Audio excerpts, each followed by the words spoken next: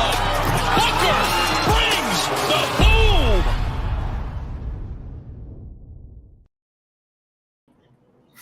What is up, everybody? Welcome to the Run Pure Sports NBA Final Countdown Show. We'll be breaking it down, going up the lock. We got tons of news that's already hit not too long ago. We got more news that I'm sure is going to hit as well. And of course, we got AP, we got DC, we got myself, and AP. I'm sure you're excited about the Chiefs basically got a win this weekend, right? Didn't have to play on to the next round, little bye week, so it's a big W in Chiefs Kingdom. So how are you feeling about taking on our guy Kevin Fallick's Texans this weekend? Yeah, I mean, easy win, not worried about it one bit. Actually, right before hopping on, I fired off a little 7-point teaser. Chiefs -1, Lions -2.5, Ohio State -1. I feel like it's easy money. I know safe, kind of a condom teaser out there, but I feel very confident about it. At least the Chiefs side and Lions. Like, I think the Commanders, they were really impressive, but the Lions are an absolute beast. So, but yeah, Chiefs wise, I mean, I don't know. Are you like the only thing I've heard is like they've had a lot of time off and stuff. I think that helps them. Like they're veterans, they know what they're doing. I have like zero concerns about it. So yeah, I don't know. I don't know what you guys think, but I'm definitely very, very high on the Chiefs this week. Yeah, Chiefs should get it done. I'm sure DC will agree. He'll say bet the Chiefs money line and then bet the Texans to cover the spread, I'm sure. Also, DC, I want to let you know that James Cook did beat Bucky Irving, so that did feel good to get a W on you because Chalk Bucky Irving did not get there like my guy James Cook. But how are things going over there? Things are good. That bet feels like it was like 10 months ago at this point after watching football for nonstop. I think I saw pretty close to every snap of every playoff game so far. And I got to say, for the most part, those are kind of boring, disappointing games. Obviously, Commanders-Bucks was pretty good. But, like, man, the freaking Eagles are so goddamn boring to watch play. They play so slow. You know, they get the tush pushes going to keep long, slow drives going. Obviously, their defense is really good. So, hoping and thinking my Vikings will prove victorious tonight over the Rams, and then hopefully go beat the Eagles. That'd be nice as well. So, yeah, despite some little bit disappointing games, still fun to see the playoffs. Obviously, a big game for me tonight with my Vikings going to Arizona to play the Rams. Looking forward to that. And hey, DC, for what it's worth, I really love this as a bounce back spot for your Vikings. Oh, yeah. So I'm initially I'm from watching that game against the Lions. I'm like, oh, this is terrible, bad. We got to just slam the Rams. That's a level one take that 90% of the public has, is that the Vikings are dust. Oh yeah, I think they went outright. I've slowly turned the corner on I should say my Vikings, but I think they're a great bet tonight. I am on the Rams side, but that's okay. I don't have anything invested yet because I don't know. I got action on the Vikings in a lot of different ways tonight. You know, all of the DFS stuff, but also big playoff stuff, playoff hold'ems, bets, parlays. You know, it's all coming down to the Vikings for me. So it'll be a very invested game. Yeah, I was looking at some of my best ball stuff. I feel like I have Rams and Vikings, so who knows what I actually need. Yeah, best ball, tons of Vikings there too. Yeah, so yeah. We'll see. Yeah. The two spots that were pretty big, I think, for best ball for a lot of people were what did you do with Rams and Vikings, and what did you do with Bucks and Commanders? That felt like the spot where you had to make sure you won out on those ones, and that would be very important. But all right, we can dive in and talk some NBA. Also, weird set of slates today. FanDuel only has the 4 games I saw, and at least I think I saw that. And then the DK has the 6, which is just weird. It's normally flipped. So I thought that was really strange today, but it is what it is. We'll obviously break down all the games for you guys. Some of the news we're waiting on. Jalen Brunson, he is currently questionable. We'll see what happens with that. Tari Eason, doubtful. John Morant, questionable. Bam Adebayo, questionable. Of course, Bronny James, questionable, but that doesn't really matter. And Jeremy Socan, questionable. So that's kind of the injury stuff that we got going on. But the first game we got to talk about, it's probably the game of the slate right now. It's Minnesota and Washington. And it sounds disgusting, but it's true. And one reason why is DK will not fix this Minnesota pricing? Of course, Edwards' usage has skyrocketed. He's shown some ceiling performances over the past 10 games or so. Julius Randle, 7-2, that feels cheap. Dante DiVincenzo got inserted into the starting lineup and has clearly shown upside at 5,400, putting up 57 DK points last game.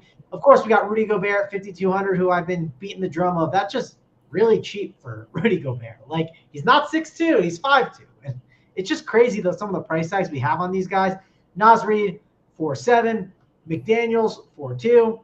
Mike Conley, even down at 3.4. I know he can be kind of a condom playing gross, but 3.4 is dirt cheap.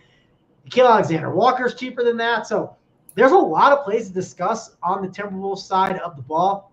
From the Washington standpoint, I'm not really excited about too much. They are missing Brogdon, obviously, but they have Kuzma and Poole. Of course, they have a Valanciunas, but this isn't a good matchup against the Rudy Gobert. So not super excited about Washington, but AP, I think these Timberwolves price tags, you have to consider them. But the big question is, of course, how many Timberwolves are too many on this slate? Yeah, it's God, the Wizards. I mean, this team. I don't know what to say anymore. They are so bad. They play with a ton of pace, horrendous defensively. Individually, Bilal Coulibaly, a good defender, but this team has just nothing. They're terrible. We love stacking against them, but we hope that these games stay close. That's always the biggest risk. The thing about the Timberwolves, too, is they run a really tight rotation. We talked about this last week. I think it was last Monday. The Wolves have been playing some really good basketball. If you look at their losses recently, they're a close loss against Memphis, lost to OKC. I mean, they're taking care of business against the bad teams, and they've been much more competitive against the good teams. That's what you want to see. I think it has a lot to do with the change that they've made in this rotation, moving Dante DiVincenzo into the starting lineup, and then having Mike Conley run more in the second unit with Naz Reid.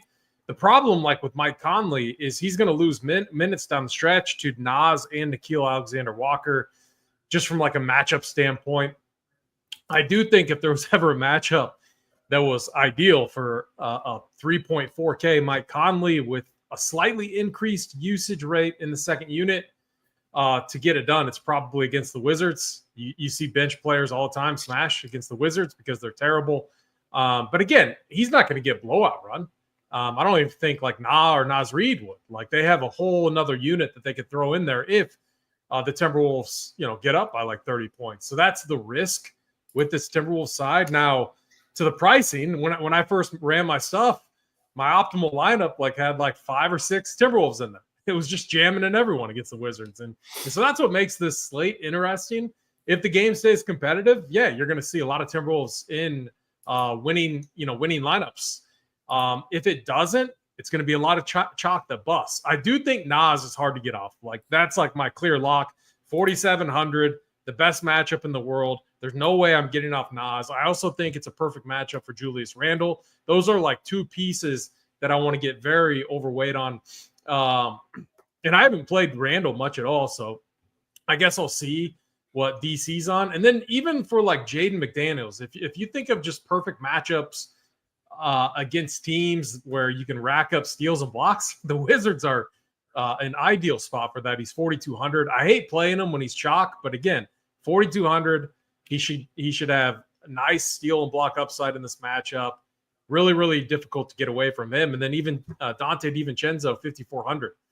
I guess the guy that again, if one way to get different, I guess, would hope that Ant just takes over the game and does everything and isolate him into your lineups and then get underweight on everyone else. I feel like this game he can defer, let everyone else get it done and take a back seat. But curious to see what you guys are doing with the Timberwolves now. Yeah, you clearly got to play some Timberwolves, and you got to have to figure out how to rank them. Of course, if you play an Edwards, one of the issues I have with that is I feel like I have to play the values around it too. I think I lean with the values, looking at DiVincenzo, Gobert, and Naz Reid and McDaniels. Those 4 feel like the best values. I don't love the Conleys and the Nickeil Alexander-Walkers. Then, of course, you got to pick between Randle and Edwards as spends, or you don't have to get those spends, depending on how you want to attack it, DC. Talk about these Minnesota Timberwolves, though, because we clearly can't ignore them on this slate. Yeah, really tricky spot. I mean, it's not even that small of a slate, right? We got 6 games on DraftKings. It's really rare to have, like you said, AP 4, 5, 6 Timberwolves up near the top of the optimal / value rankings for a team that is actually healthy, right? Usually, when we get a situation where it's like I'll play 4, 5, 6 of these guys, it's because they're missing, their key player or their 2 best players. Not the case with the Timberwolves. They've got everybody out there. It's just the pricing is wrong with them. But throwing like almost like a further wrench into it, the pricing is pretty accurate within the team, right? It's not accurate within the whole slate, within all the other teams. But when you actually go to within the Timberwolves themselves, I think it's pretty close about which of these, frankly, all 8 guys that are in the rotation are good plays. So it is tricky where you want to go on each individual roster. I think this is a case where you've got to look at, who are the guys within the Timberwolves that are, competing for minutes. For me, right, Rudy Gobert and Naz Reid. I don't necessarily want those 2 on the same team. They're kind of competing for those center minutes to some degree. You can kind of throw Randall in there too. Those 3 are a group. I think I would want at most 2 of those 3. Then you've got the point guards, right? Conley, DiVincenzo, and even Na can play some point. Those 3 guys are competing for minutes in production to some degree. And then I think you've got Edwards and Randall who kind of, stand out as they're kind of on their own a little bit. And I don't think I want to play Edwards and Randall on the same team, right? So maybe give me Edwards, one of the point guards, right? A value. They're all 3 values, but one of DiVincenzo, Conley, or Na, and then maybe one of Gobert and Naz Reid, right? Where you're trying not to get the overlapping anti-correlation essentially within the team. But I think you need, as it stands, 3 Timberwolves, I think looks pretty good to me. Maybe up to 4, depending on how the news breaks and all that stuff. But no question about it. I think you almost have to play like 2, right? First game of the night. I mean, I'm having a hard time imagining playing a lineup without at least 2 Timberwolves in it, assuming we don't get news along the way. So I'll certainly be playing these guys. In terms of ranking them, it's tough. I like the Randall call, AP. I think he's got big upside. I love him in these games where the other team doesn't play any defense, right? That's kind of fits his style. He can get bogged down a little bit in tough matchups. Obviously not going to be the case here. And then I think I want one of Naz Reid or Gobert. And then, like I said, probably one of the guards, Conley, DiVincenzo, and Na. But I think you can kind of choose your Timberwolves a little bit based on the rest of your roster, what you're doing with that, and kind of see what Timberwolves fit in. Because like I said, I really do feel like all 8 Timberwolves are pretty good individual plays on this slate. Yeah, for sure. These Timberwolves are clearly guys that we have to look at. Of course, we did get news on like quickly that could change some of that. We got Jalen Brunson. If he misses, that could change some of the options that we're looking at. That would clearly pop up on Miles McBride, but we're still kind of waiting on some of this news to come through to make the final decisions on it. But Minnesota is clearly the talk of the slate at this moment. Let's get the Golden State Warriors and Toronto. I know we'll go to AP first because he was talking up this game a bunch. Obviously, no Manuel quickly is going to help Scotty Barnes. It's going to help RJ Barrett. They're going to obviously have more usage their way. Even a Grady Dick. Of course, a Jakob Poeltl at 6.6K. Doesn't seem like too bad of a spot for him. And then we do have missing guys on the Warriors. They're missing Kuminga. They're missing Draymond, Podziemski. This is going to open up a lot of opportunity on the wings for guys like Andrew Wiggins. You can make the case that Trace Jackson Davis, he's been chalk a lot. He'll probably be chalk again. We are waiting on that starting lineup. And, of course, 8.8K for Stephen Curry. That does feel like a pretty nice discount. Even though they are missing Draymond, it's definitely a spot that we have to like a little bit, AP. But break this one down for the people. What are you doing with the Raptors and the Warriors? Yeah, so quickly getting ruled out, obviously really big news. Scotty Barnes just has really underwhelmed fantasy-wise. A lot of that has to do with this Toronto team just getting healthy and a lot more mouths to feed. When you just look at how this team is, when quickly RJ Barrett, Scotty Barnes, Poeltl, Grady Dick, etc. are all active. Well, with quickly out, we likely see point Scotty. At least that's what I would see, and that's the guy that we like. We want the ball in his hand. We want him running the offense. 8,900, fair price tag, a slight discount from where he's been at. His positional flexibility, so you can play him at the point guard or small forward spot. I think that is something that really also factors to his value. The other thing in this game, like Raptors, they play fast. They're a team that I've hit a lot of over bets with, and you know, when we have pace up spots, it's always going to be more viable for the team that they're facing. Now it's the Warriors. Like, yay. We get the Warriors, we get Steve Kerr. I know, I get it. The thing I like, though, Steph Curry, he's actually been playing quite a bit of minutes, 36, 33, 35 not too long ago against the Suns. They're going to need him here. He put up 41 on 5 of 21 shooting. I mean, he was horrendous. And this was the other last week when I had a big bet on the Pistons. I watched the game really closely. It was Guy Santos and Lindy Waters came in, shot 80, 90% from 3-point range, couldn't miss, and beat Cade and my Pistons, which was very unfortunate for me. But Steph Curry was terrible. I think it's the perfect bounce back spot. You can attack this Toronto team with combo guards. It's the perfect spot for Steph Curry. One guy that I just will never like, Dennis Schroeder. I can't tell you how many times he's just been chalk, and he hasn't gotten it done once yet with the Warriors. And so I'm just taking a wait and see approach. He's been bad. His price hasn't moved at all. He's 5,500. I don't think that's correct with how he's playing right now. But Steph Curry, I have a ton of interest in him. Andrew Wiggins, a solid play at 6,000. And then I think it would be Kyle Anderson who slides into the starting lineup. He's definitely fine. Solid value. Maybe you move from a Jaden McDaniels to a Kyle Anderson, but I'm not moving off of like Naz Reid for Kyle Anderson. I'm curious to see what you guys are going to do with Trace Jackson Davis. I like the play. It's just when you look at his rotation, he rarely plays like over 30 minutes. And you gotta figure no Draymond, no Kuminga, obviously out for a while. You got to think that this is a spot where his minutes upside would tick up, but curious to see what you guys are doing with him. So I like this game. I think there's going to be some fantasy goodness. The main guy I like is Steph Curry as a spend-up guard. Yeah, I assume his minutes do tick up. But obviously, if both sides go small ball and then don't play total, then, of course, you can make the case that maybe he does lose some of his minutes. And I do think Steph Curry, one thing to call out with him, Del Curry finished up his career in Toronto, and Steph has always said he loved playing in Toronto or going to Toronto practices.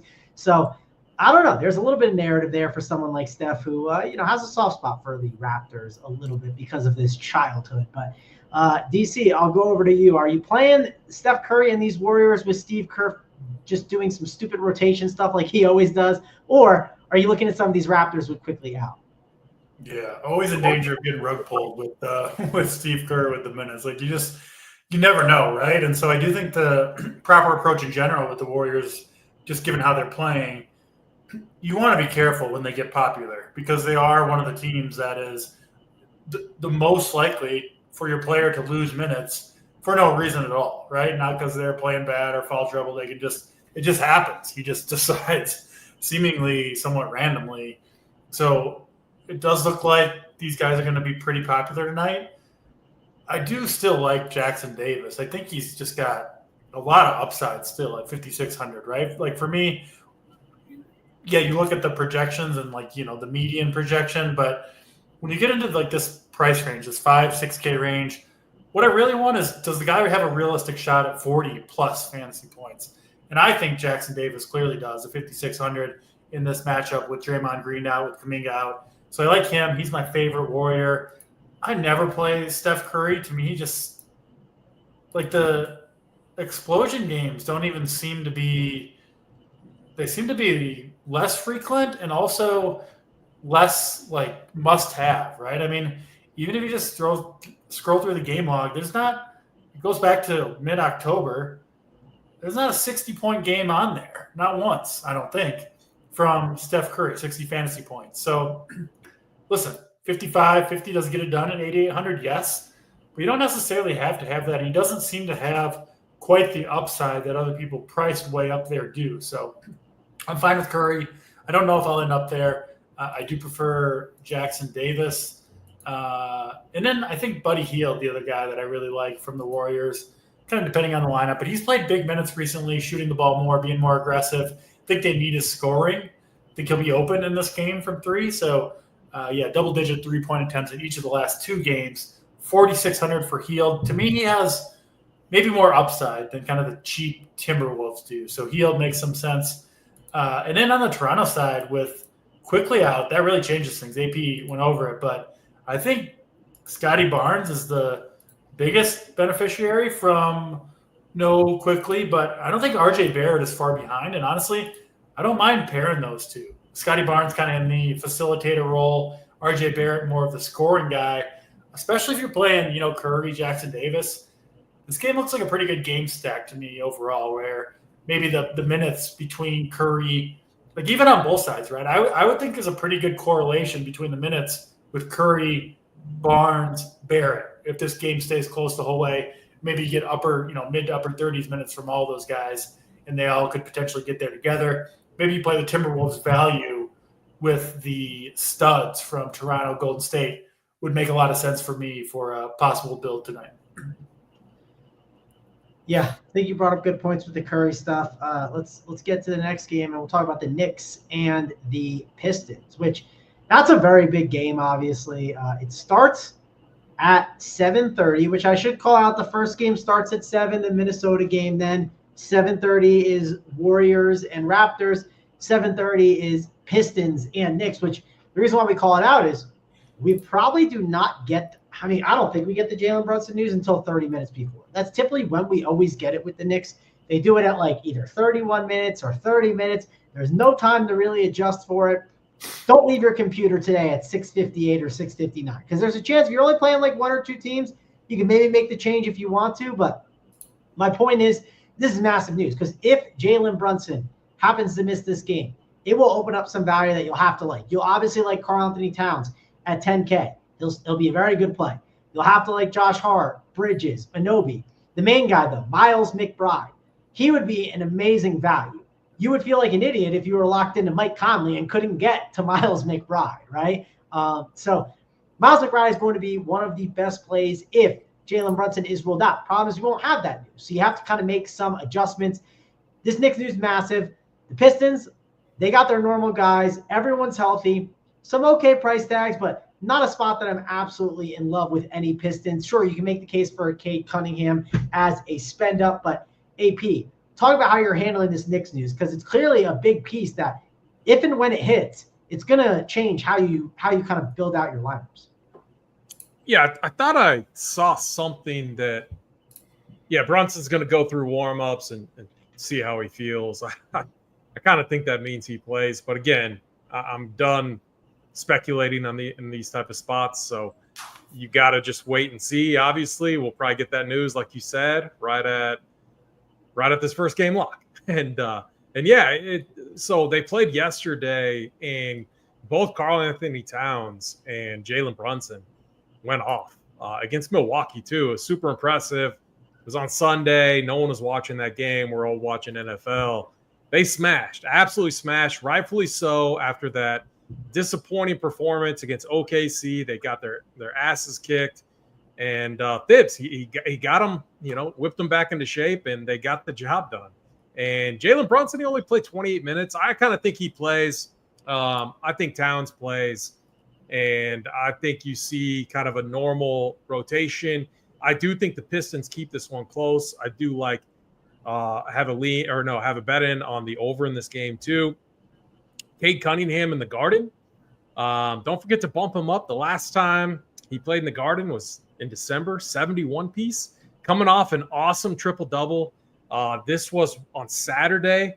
I had the game up kind of in the background, and I was disappointed the entire time because I like this Pistons team. I bet on them a lot because I think they're good. I think they're underrated. I think they need to continue to build around Cade. I think this kid is super impressive. And look, big triple-double on Saturday. I think he follows it up with a big performance tonight. So I'm like sitting here trying to find ways. Like I like Steph, I like Cade, I like these pieces. We have the value to make it work. I think getting up to like a Cade with some of the other spend ups that we have on the slate might be one of the ways to get a little bit different on this slate. So for me, it's Cade. I don't really have a need to play any other Pistons. If you want to go like Tim Hardaway Jr. revenge, so be it. I just can't get there. And then the Knicks, like the good thing about the Knicks is you can play any of these guys. You know they're going to get, the opportunity is going to be there because they're going to play massive minutes. This matchup, just doing the flow chart this morning, it's actually better for wings. So I think one of OG, Hart, or Mikhail is going to get there. I just honestly have no idea who it's going to be. One of them is going to get there, though. So if you're multi-entering, maybe put them into a group and say one max between those three. And then for me, I always go Brunson or Towns. But again, they trumped that kind of rule yesterday with both of them posting monster 60-point performances. So another game that I think is going to be viable fantasy-wise. All right, DC, talk about it. Clearly, this Knicks team, this news is going to be massive. And if you lock into too many Timberwolves, well, you might not be able to make your adjustments for it. So how are you handling that? And would you like an idea of going Cade and Cat as like a double spend-up option like AP is talking about? I think you certainly can. I mean, I don't know if it's necessarily what the audience want to hear, but I do think it's true on this slate where you can play. There's a lot of different builds you can go to because the entire Timberwolves team is underpriced and it covers all the positions, right? Kind of when we talk about the Wolves, it's like it's hard to choose between these guys. So don't make the in my opinion, or at least on DraftKings, you don't want to make your decisions on the Timberwolves first.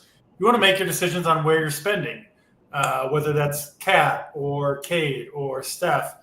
Make those decisions first. If you got a strong lean on those guys, you can plug in and fit the Timberwolves around the studs that you want to play. Maybe it's, even if it's the stud Timberwolves you want to play, you can make it work that way too. So there is a lot of different ways to build, which makes it a tricky slate, but also a fun one, I think.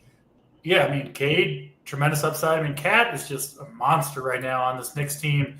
Doesn't seem like that's changing anytime soon. So he's a good play. It seems like pretty much every night, including, you got to imagine tonight, I definitely like Towns. I think he's my favorite Knicks guy overall. And I do play a lot of Knicks just because they play 42 minutes. Their whole lineup does, or at least the guys you want every night. The one guy, though, AP, I'm done with OG Anunoby. Watching these Knicks games, look at the game log. He scored 9.75 fantasy points in 36 minutes against OKC. Like, when you have him, he will go like minutes, whole shifts at a time. And his shifts are long where he barely touches the basketball. He looks bored out there. He's a complete afterthought in the offense. Yes, he occasionally does get there if he makes his few threes that he gets to take, or, gets involved defensively. But no matter who is out, the offense, OG Anunoby's role stays the same. So he's the one guy that I'm trying to play, or I've stopped playing basically entirely.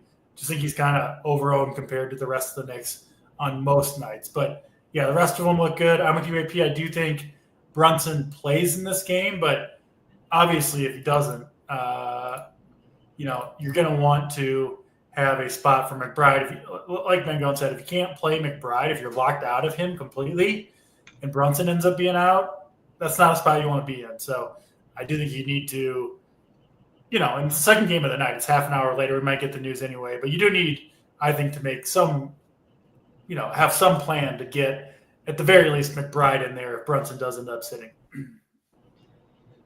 Yeah, it's definitely important for sure. I'm with you on the OG stuff. He definitely hasn't been great this year. That's because of Cat's usage, right? Cat has been absolutely incredible. And honestly, OG's not getting the usage. McBride is, right? It's going to be McBride. It could be Bridges. We know Bridges. He'll definitely fire a lot.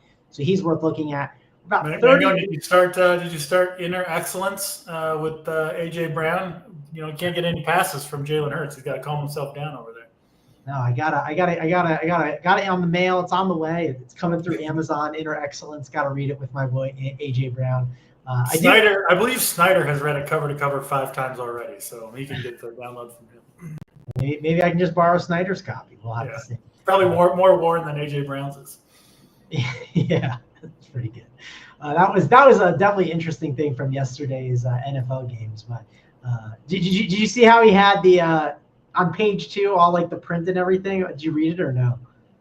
Yeah, I read what was in there. Yeah. Yeah, it was good. I was laughing at it. So, but hey, he's got it on the sidelines for every game. Hey, maybe I need it during shows. While you're talking, I'll just tune you out and read. You would hear about the same amount of things that you normally do, so you might as well start reading that while I'm talking about it. Makes sense. I'm gonna have to get it for the next show. All right, Memphis and Houston. Definitely a game we have to talk about because, I mean, Amen Thompson has been incredible. He's had his ups, he's had his downs. He's going to be chalky for sure, but you have to like him here in this spot. Yes, it's 7.3K. I also think you have to like Fred VanVleet at 7.1. He's another guy to look at. I talked a lot about Jalen Green and how his upside has been crazy. He's only gone up to 6.8K. I mean, do not ignore Jalen Green in this game. I think he's another option that you have to like. Of course, you have Şengün at 9.1. I don't see myself spending on Şengün. I know he nuked last time in this matchup, but I didn't go there last time. I doubt I'm going to go there this time, but clearly a spot to like these Houston guys. The Memphis side of the ball, that's a tricky one. Obviously, if John Morant somehow misses because he is questionable and this game starts at 8 o'clock, well, that would open up the door for someone like Desmond Bane to be an intriguing play. You could make the case for a Jaren Jackson Jr. at that 9.2K price tag. And of course, that would help out someone like Scottie Pippen, who's only at 4.9K, and he'll be very low owned with everyone locking into these early values. So, AP, we gotta like some plays in this game. When it comes to Memphis, what are you doing with this Ja news, and how are you attacking this Houston options with their prices up a little bit more? Yeah, so I think I think Ja kind of likely to miss here.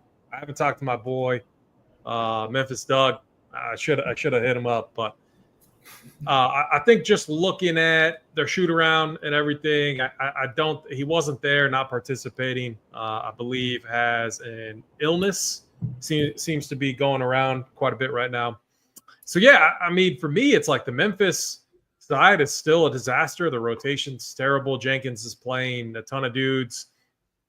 These teams just played, and typically when we see these situations where, you know, a team that you know, two teams that know each other pretty well, they play, then they play again a few days later. The second time around usually is a little, you know, you see adjustments and things. So like on the Grizzlies side, they're going to play 9-10 guys, possibly Luke Kennard starting is kind of what I read and saw. I don't know. I mean, if you want to take a shot on him, I think there's better value on this slate. I honestly think that you can fade the entire Grizzlies side. We have better plays. They all feel overpriced too. Jaren Jackson, 9K for this role. You know, a team that's healthier, tough matchup against the Rockets.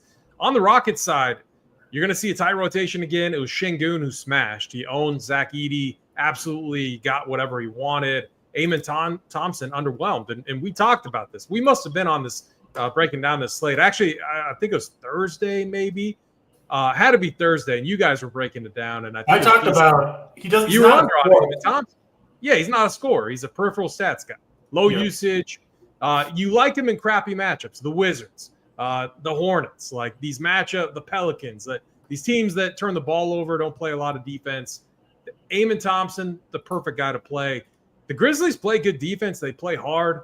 It's just a beast of the matches. So maybe more so on FanDuel. Steals and blocks are priority there, but he's 8K. He's not cheap. Şengün, you got to think the Grizzlies make some adjustments here. Şengün, typically foul prone, can be volatile. Jalen Green also had, like, I think Dylan Brooks, I'm trying to bump him up.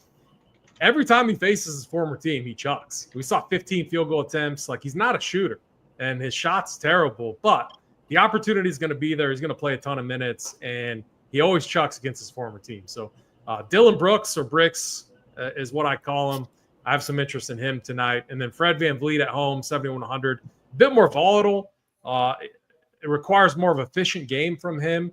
But still, I think they want to come in. They want to get a win here. And if everyone else is struggling, I think Fred VanVleet could get it done. So I think he's a sneaky tournament play. All right, we just got Tari Eason ruled out. We also got starting lineups: Poole, Carrington, Coulibaly, Kuzma, Sarr, and then Timberwolves, Ant Edwards, DiVincenzo, McDaniels, Randall, and Gobert. So those are the starters we got. Nothing else too crazy. I'll call out anything that comes out there. DC, talk about the Amen Thompson stuff. He will have ownership today. Maybe not as much as he's had in past slates, but he'll definitely be owned for sure. So what are you doing with Amen Thompson and the Memphis Grizzlies news with John Moran? Yeah, I did kind of recommend against for a fade last time he played. He was super, super popular against Memphis. Ended up being a relative bust at 30 fantasy points. And yeah, it was the reason that I mentioned, like, if you watch this guy play, I mean, calling him not a scorer is that's underselling it almost. Like, he'll get the ball like at the, near the free throw line. And like, he's like not even looking at the basket. He's looking at who to pass to. So he's one I don't love playing when he's super popular. Looks like he'll be, 25% on. So nothing crazy. I think he's fine. I do think his presence actually helps guys, like, especially kind of the scorers, like Van Vliet. His usage has been up a little bit these last few games. Thompson is starting. I like Van Vliet quite a bit here. 7,100, just too cheap for a guy who's going to have pretty good usage. And I mean, look at Van Vliet's minutes. They've been crazy too. Houston been really, really riding their starters. Thompson, Van Vliet, we've seen Jalen Green out there a ton. So I do like the Rockets here. Green makes sense at 6,800. I think I would maybe limit one between Green, Van Vliet, especially those two, and maybe Thompson, all right around that 7K range. I don't think I want to go crazy with those guys. Whitmore off the bench. He's got upside too. He's like the opposite of Amen Thompson, just a pure scorer, doesn't do a ton else, but he can get hot. And 3,800, I think Whitmore is an interesting, I think, somewhat contrarian play. No problem with Sengun. And then I'll mention the same guy I did last time these two teams played back on Thursday or Friday. Man, Jaren Jackson Jr., nobody wants to pay the 9K plus price tag for him, but he is on a monster run right now. 45, 50 plus pretty much every time out, low owned. And if Ja's out, I expect more of the same from Jaren Jackson Jr. So I think he is a contrarian spend. I think it's really hard for people to play him over Cunningham and Towns and Anthony Edwards. So it's going to lead to very low ownership for Jackson. Yeah, currently this won't be true, but Sabre has him projected under 1% owned for Jaren Jackson Jr., which is pretty crazy considering what he's doing on a night-to-night basis right now. Yeah, we did just get an update on Ja. He has a game-time decision with an illness. So I'm kind of leaning he does not play here, and that would definitely open up the door for a Jaren Jackson Jr., a Desmond Bane, a Scottie Pippen. Of course, people will start asking about the other options in the mid-tier, right? Who's going to be the guy that comes in and maybe gets some more minutes? Like, is it a Jalen Wells? You could make a case for that. Is it a John Conchar? But the problem is we have some guys that people are already going to watch. One of the problems with the NBA injury stuff, which obviously is a big issue for the league right now, like, John knows right now if he's going to play or not, right? With the sickness, it's not like this isn't like the Jordan flu game where he's like dying and is going to go warm up and see if he can go. They know if he's going to be in there. So it's just, I just wish we could get the actual news. But anyway. Yeah, I mean, my issue with it is, like, there are some times in life where maybe it is 50-50. Yeah, sometimes, but not most of the time. Yeah, like every single time it's this, right? Every single time it's like the bullshit leading up to, like, they know. Like, why can't we just tell people and then, hey, when it is 50-50, hey, it's 50-50. I bet these questionable illnesses at this point, 2 hours before the game or whatever, I bet John knows like 95% certainty whether or not he's playing in this game. So it's just frustrating that it's so many players, right, with the questionable tag. Yeah, for sure. It's definitely frustrating. Let's get to the next game. We got Miami. We got the Clippers. We got 20 minutes to lock, so we'll have plenty of time. I'm sure we'll answer your guys' questions if you fire them in the chat. But let's talk about Miami. Obviously, they don't have Jimmy Butler. They haven't had him for a while. Of course, we got Bam Adebayo, questionable against the Clippers with a back contusion. So we'll be waiting on that. If he does not play, I mean, that's going to open the door for, really good values to open up. Like, if Bam happens to miss, I mean, they either put Jovic or they do Love at the 5 to start, and then, he probably wouldn't play that many minutes anyways. At the end of the day, this would open up a lot of opportunity for guys like Jovic and Jaquez. And I mean, we're not going to have this news, and I don't know how to kind of totally attack it on this slate, because if you don't get the news, it's going to backfire completely, right? There's just nothing you can do about it. You're not going to really get much that helps you out in that Lakers San Antonio Spurs game. These two games are definitely on an island. They start at 10:30 Eastern. So I don't think you can actually backload for this situation against the Clippers. I think you're just kind of stuck in a tough spot. You got Tyler Hero that if Bam was out, man, that just funneled even more usage to him at 8.5. You can make the case of Terry Rozier. He would get a lot of usage his way at 5.2K, even though rostering Terry Rozier has been absolutely brutal as of late. And then, of course, we have James Harden, James Harden is a pretty good play, I think, at 8.3K. I think it's a pretty good price tag. Yes, you got Kawhi Leonard in there. I'm not trying to play him, but you do have Kawhi Leonard that could take up some of the usage. But I still think Harden is a really strong play at that 8.3K price tag. AP, talk about this game, though, because it's clearly a spot where if you wait on this news and you guess right, you can clearly take advantage of this Heat situation. Yeah, the backup Ware, he's been good. He's been kind of cutting into Bam a little bit. Bam's been pretty bad. The Heat, they've been. I wrote it up in my my rotations, matchups, in the Heat map notes section. Like the Heat, they've been good. They're like the Jimmy Butler-less Heat. I think 3-game win streak on the road. Could be wrong, but I believe that's correct. And it's just like Spoelstra, like finding the right match, doing what he always does. The guy's an absolute wizard. He figures out how to get the best matchups and rotations. We've seen Jovic off the bench just smash, but he's 4,900 now. We've seen Jaquez absolutely smash in the starting lineup, but his price is coming up, and it's a very unpredictable game by game, night by night type of situation. Next man up, who's going to step up, get us the win. And when you have that on a slate with a lot of what I would consider fairly predictable, underpriced, good matchup type of spots, do I really need to sit and wait? If I'm 150 maxing, I think there might be an edge doing so, especially if Bam is out. But what are we sacrificing early? Some of these other plays that are complete misprices and awesome matchups just for some late news. I don't know if I want to do that tonight. I probably won't be. Again, if Bam's out and if Ware starts, he's 3,300. Again, it's going to allow you to do a lot with your lineups and get multiple studs in there. I don't want to wait for it.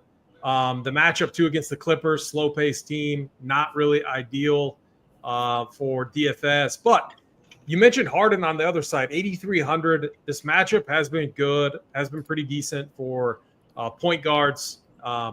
Miami allowing a lot of assists to opposing point guards. So it's going to be a good matchup for Harden to get a double-double, get the assist numbers up, and he's shooting the ball more too. Even with Kawhi Leonard in there, it just comes down to will the Clippers show up? This team quits. They're horrendous at times. They give up. They're just painful. But you got to think that they're nice favorites here. I don't think that they quit. I think they get a win. And 8,300 James Harden, I think, is going to be a really, really good play tonight in hindsight. Yep, like this spot for sure for James Harden. DC, I think AP brought up a good point with the Heat. You backload for it, and then, I think you just put yourself way too far behind if the news does not hit right. Of course, you can make the case, hey, you're going to get these guys way lower owned, so that could obviously help you out. If you want to play for that, go ahead. But if you do that, you probably do this all the time. You probably sit there, you basically backload all the time and hope when it hits, it works out in your favor. I just don't think it's worth it. The juice ain't worth the squeeze for me to wait on the Bam stuff. What's your thoughts on that situation? Yeah, I think you almost have to look at least a little bit into the question, the reason why players are questionable, and it's easy to look at every questionable player and say, oh, they're 50-50 whether or not they're going to play. And yes, they will either play or they won't. But you're doing yourself a little bit of a disservice if you just assume that every single player that's questionable is a 50-50 shot, because it's just not what the situation is. This is a situation with Bam where I think he's probably going to play. You can look at the actual injury himself. What are they listed as questionable? For him, it's a low back contusion. That's not like a real injury, right, that you're going to miss multiple games with in all likelihood. So probably Bam Adebayo, who does play the vast majority of games, has a little injury here. They said he's going to warm up with the intent to play. This is one where I'm going to play it like Bam's in there.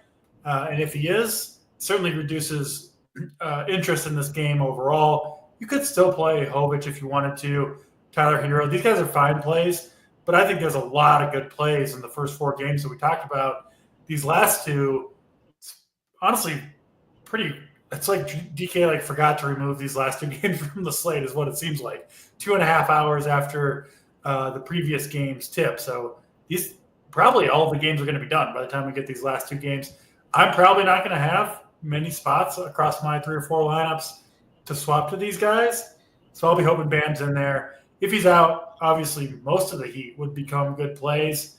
And then on the Clippers side, no problem with James Harden. He would be the guy that I'd be most likely to use. But again, probably I'm going to play, Barrett or Barnes or Towns or Cunningham or Edwards, and I'm not going to have the swap possibilities or, frankly, these guys in my lineup. So not going to be a ton for me in this game or honestly, frankly, the next one either.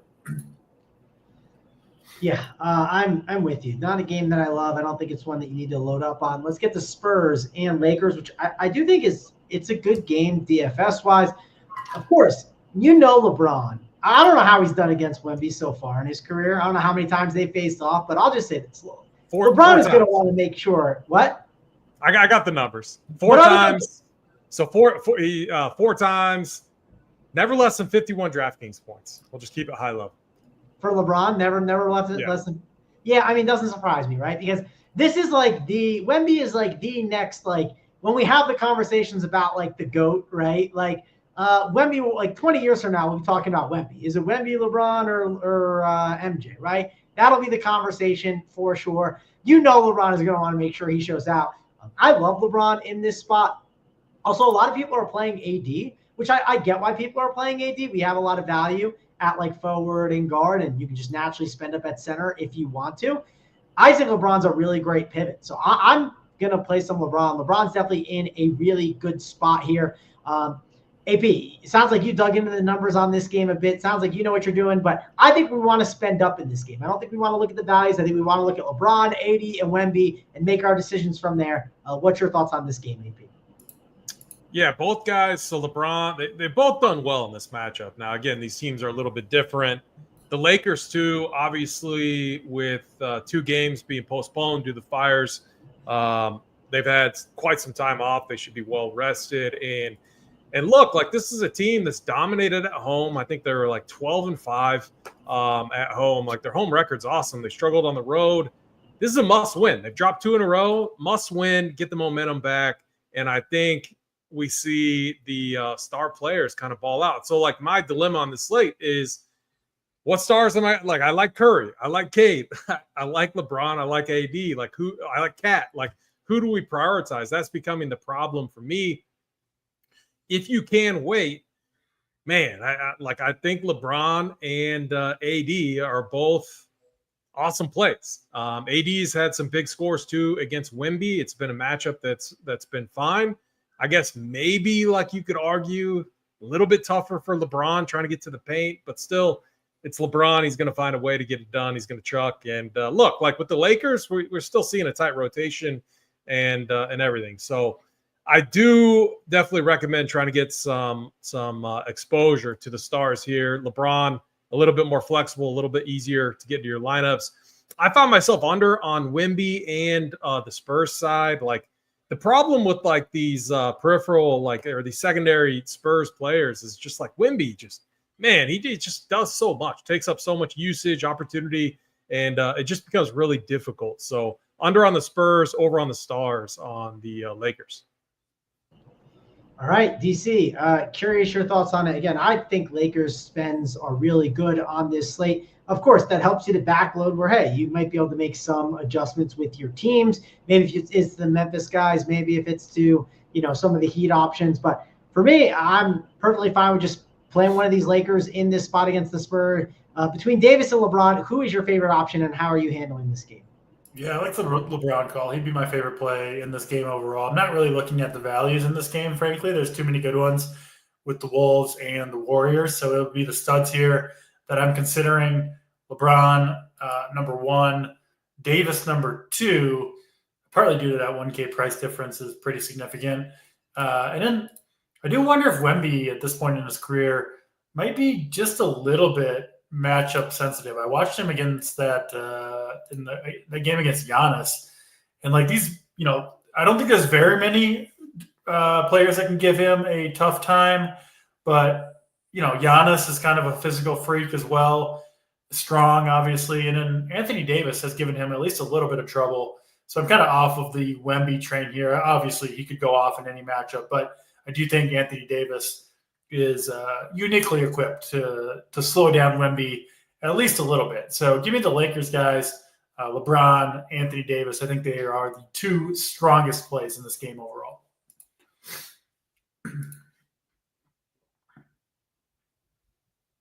Sorry, I'm on mute. It looks like there's going to be overlay today on DraftKings. I'm seeing the $18 at around 11.5%. We all got dusted on that terrible 3-game slate where you had to like my one thing.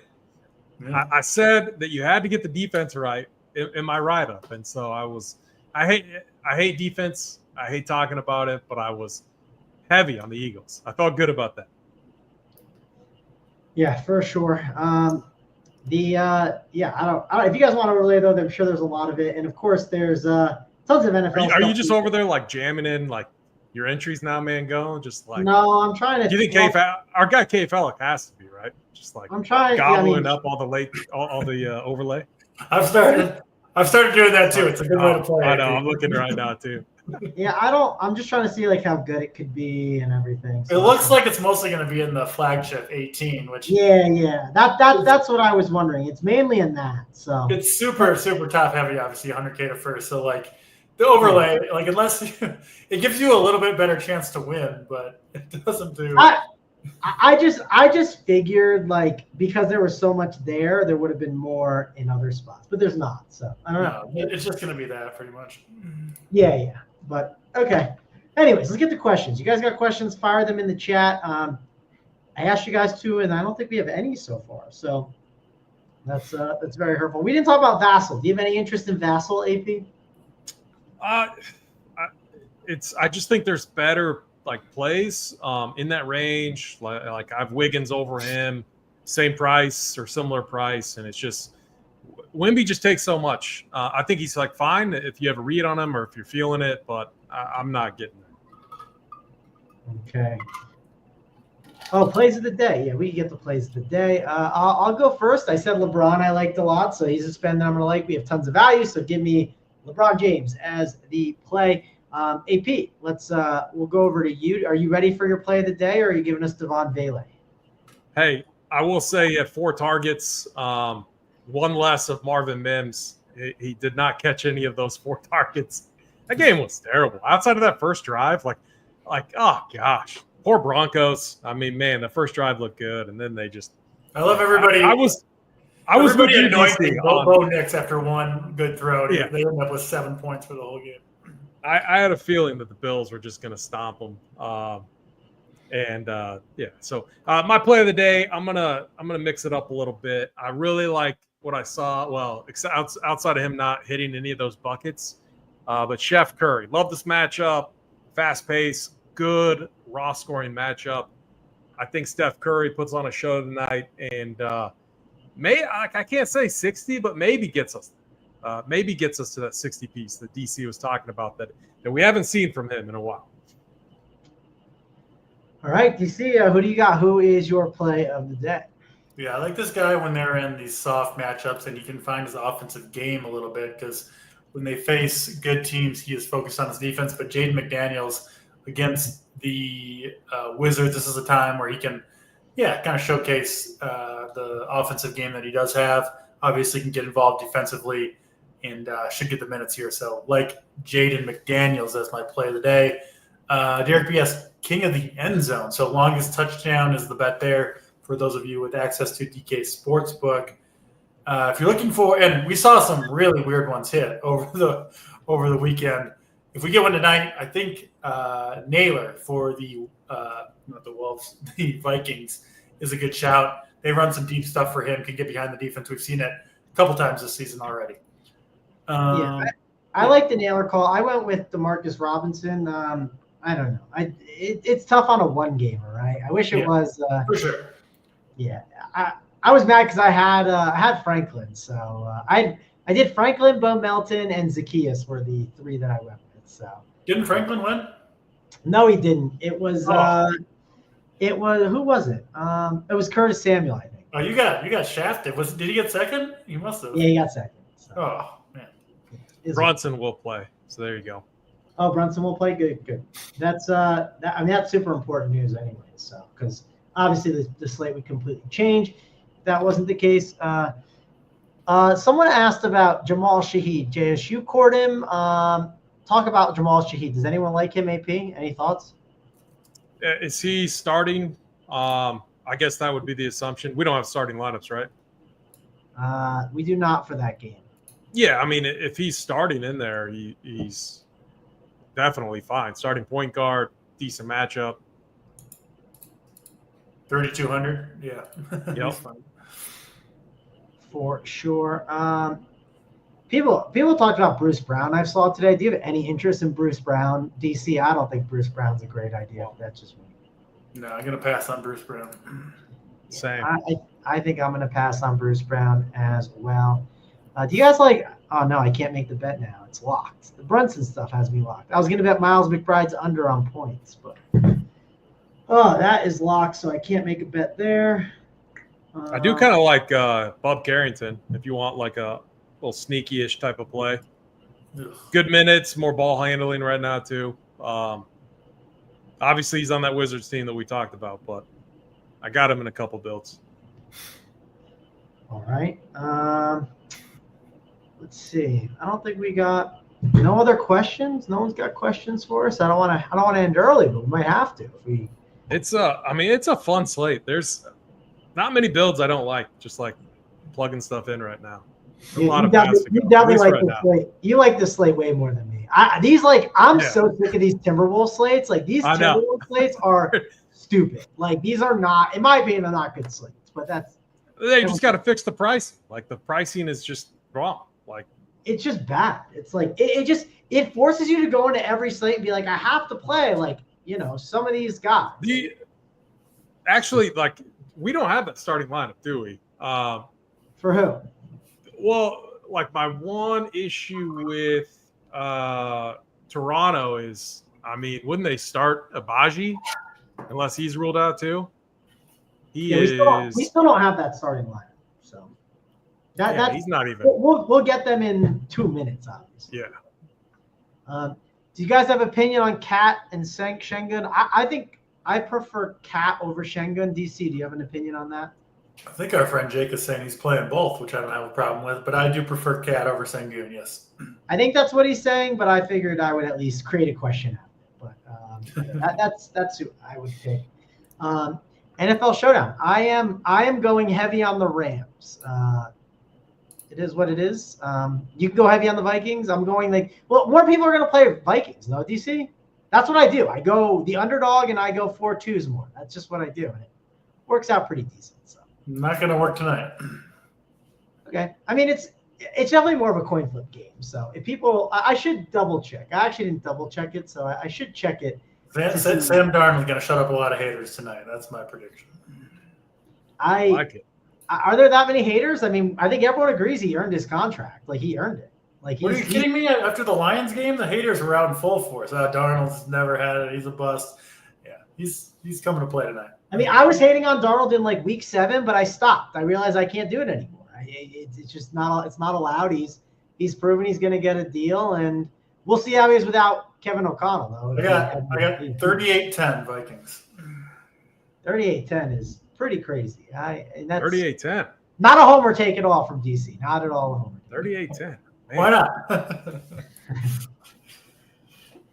I wish they were playing in LA. I think I'd have more conviction then, because the whole just fire stuff. I don't know how that can mess with their heads and everything. Not too late, man. Go get rid of those crappy Rams builds you have and join the winning side. I am going to double check just to see what everyone's doing, because I just like to go opposite of everyone with like the 4-2s. And I think those are better builds. That's my assumption of what it is. That's how I built so far, but I got to double check and make sure. But I don't know. I think more people are on the Vikings than the Rams. That's my opinion. Does anyone have a favorite $200 play in Showdown? I really don't. I did the rankings earlier. I'm just pulling it up now. I did the rankings earlier, and I absolutely hated the values. I didn't find anyone below 1K that I was willing to play. Our guy Rubio has Oliver and Parkinson as ranked. I don't think that's great. My favorite value was probably Higbee or Parkinson. I actually think it's a good spot for someone like Higbee. DC, what's your Showdown core? Jefferson, the Vikings wide receivers are kind of rotating them through captains, but Justin Jefferson, my favorite of this of the bunch. I'm with you. I like position players a lot tonight, so I want to be playing the wide receivers. It's definitely one of those slates that I'm a fan of that. So don't love the running backs as much. I think it's just a wide receiver rotate, and I actually don't think it's a terrible Cooper Kupp spot. Never know. He just won't be owned, DC. He's going to be like, I'll tell you this. If he's like 8%, I'm worried. If he's like 2%, I love it. So it's like. He's not going to be 2% owned. That's what she said? Yeah, I mean. Sorry, what were you guys talking about? I don't want to play Dusty S. Cooper Kupp. I said if he's like 2%. Someone said Big T's going to play two $200 guys. Oh, I got to pull this slate up. Why pull the score up. I like Akers here. Yeah, I think he'll get some work. I was considering him for that, what's it called? The touchdown thing, but I was like, I doubt he rips a long one. So he's got a little speed. Let me see if I can find Big T's sheet. Where is it? Does he have all these cheap bums in or no? No, he doesn't have any. He still doesn't have high rankings on them. I don't.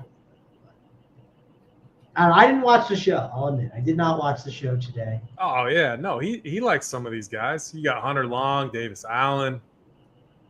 He's got him ranked as like 19th and 20th, but yeah, I guess he likes them. Yeah, but if you're jamming in the stud captains, which I absolutely like, you're gonna need one of those, and it doesn't take much for those guys to get those builds there. Yeah, they're just some rough options. I don't think I've ever captained a kicker in my whole life, so I'm not going to be doing that one. I will say I don't know. We'll see. We will see. Don't think we got anything else. No more questions. He's fine with taking 2 zeros. Well, I guess he's fine being at the bottom of the leaderboard. So, Two zeros seems a little excessive. Two zeros. You are not cashing. So. Good luck. All right. We'll end on that note. Rostering 2 zeros on purpose does not seem like a good idea. So I will not agree with that. That would be crazy. Yeah. I hope Big T wins Showdown with 2 zeros. I would love to see it. Yeah. If you win Showdown with 2 zeros tonight, listen, I will tip my cap. I might even fly to Cincinnati and tip my cap at the door and then just head right back to the airport and fly back. But that's going to wrap it up for us. Thanks a lot for joining us on the show. For me, Mango and AP and DC, we'll see you guys later.